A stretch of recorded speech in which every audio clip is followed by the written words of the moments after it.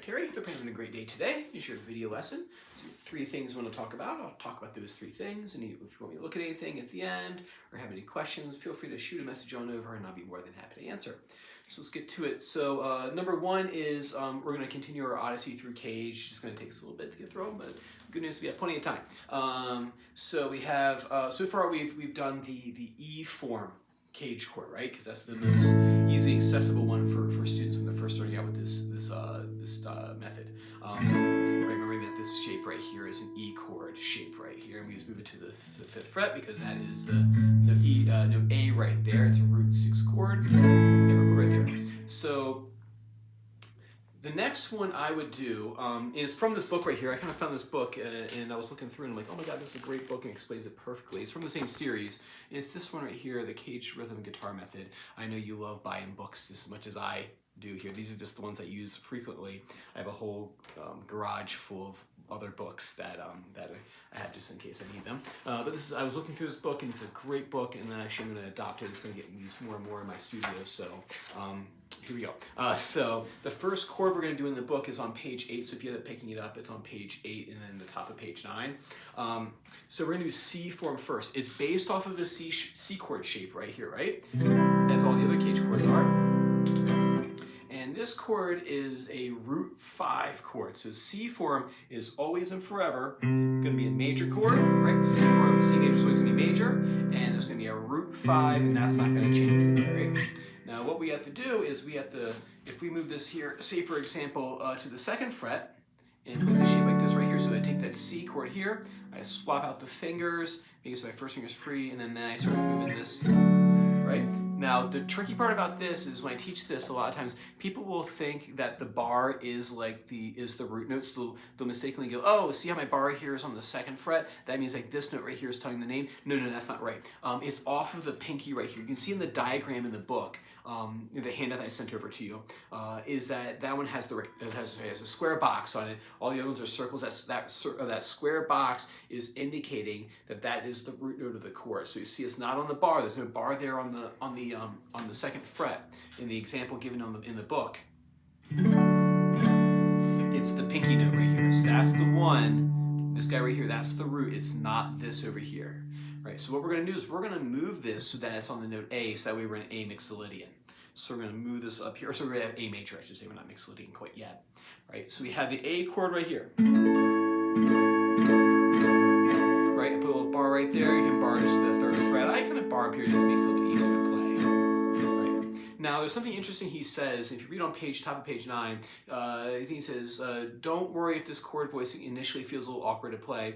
It's important to understand how the chords are formed, but you'll see that the real magic of Cage lies in the smaller chord voicings that exist inside the big shapes. That is so true, and that is the cool part about Cage. It's not the big chords that matter, it's parting them out and breaking them into pieces, where we start really seeing the what you can do with this and how it really does unlock the fretboard to another level. So more on that later. We're just one thing at a time right now. So we have this here. I've moved this so that my pinky is on the 12th fret because that's the note A right there. It's not the first finger as I mentioned before. And what's this practice? Just playing that chord right there. Right? So what I would do is see if you can go from A up here to this A. Back and forth a few times. Like I said, the goal of this is to get the smaller shapes, so if that's kind of awkward or cumbersome, we're not going to strum it like that necessarily. I mean, you can, but a lot of players like John Frusciante, Jimi Hendrix, they break these chords up into small pieces. That's where Hendrix is getting all those like cool little all that right there, getting all those little lead parts. I bounce that 10 volume there. It's loud. Let's do that. So I have my A chord right there. And then what I'm going to do to get used to these 2 shapes, I'm going to arpeggiate the C form chord. A chord, C form.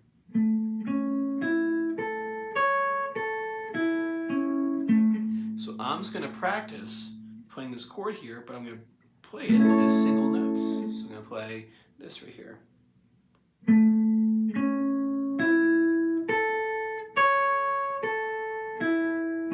So I'm just simply taking that shape and just playing it one finger at a time. Only one finger on the fretboard, the same way we did this with the E form chord.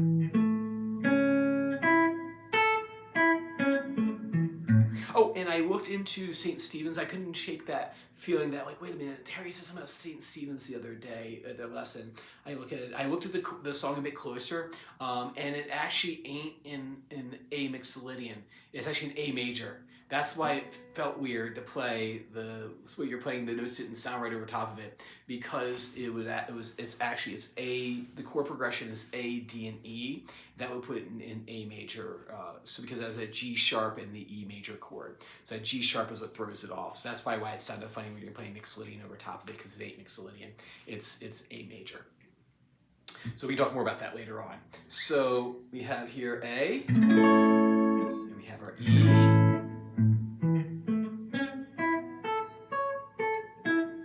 Combine the shapes. So play the strum first.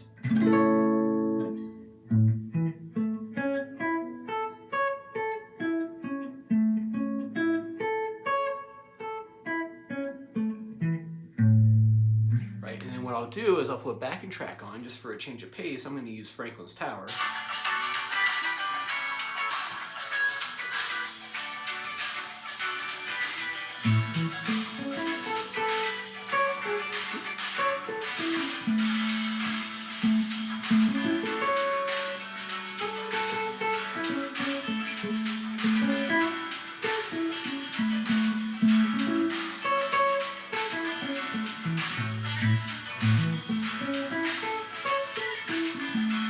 Right, don't worry, it doesn't sound too much like music yet. You're just trying to figure out where everything is first.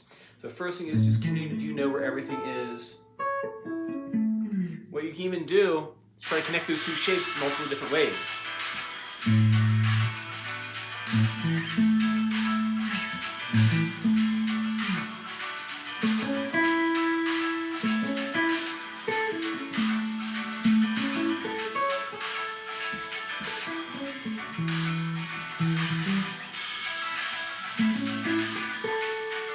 This.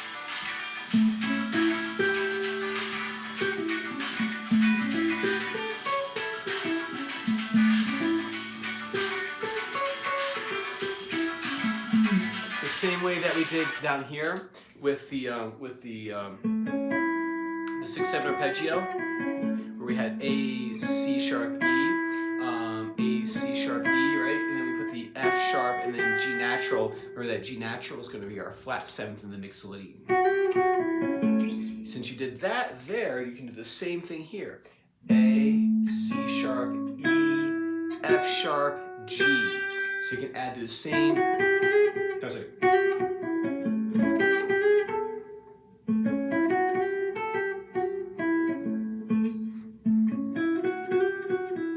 Oops.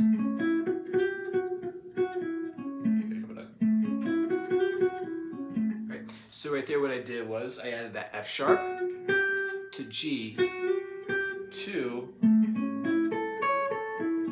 C4.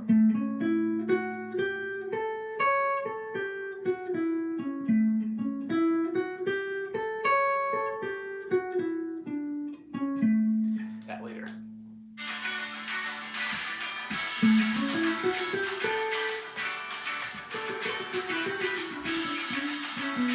Eventually this.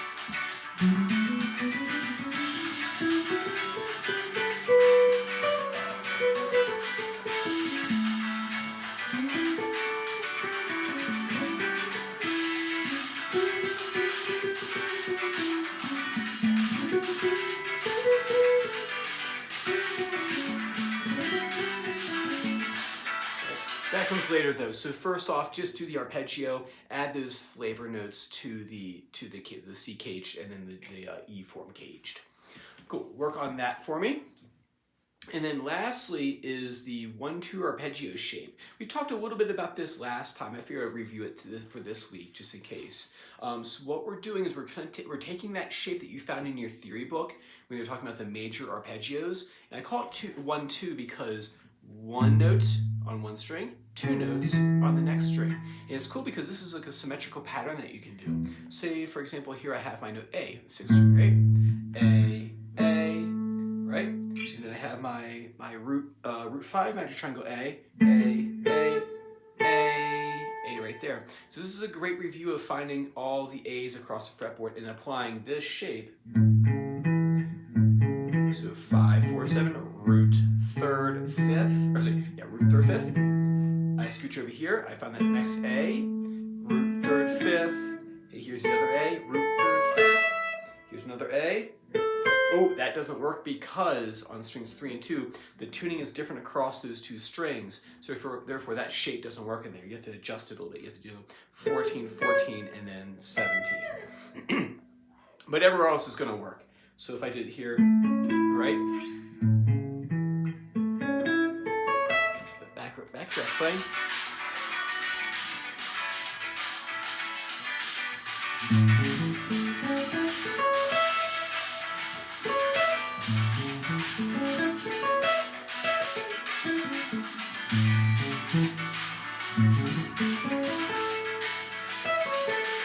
See? And C form.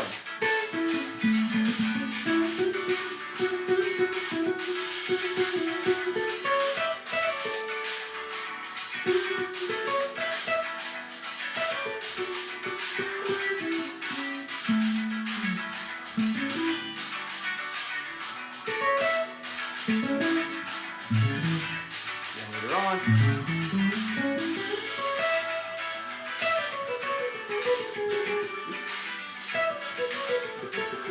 There we go.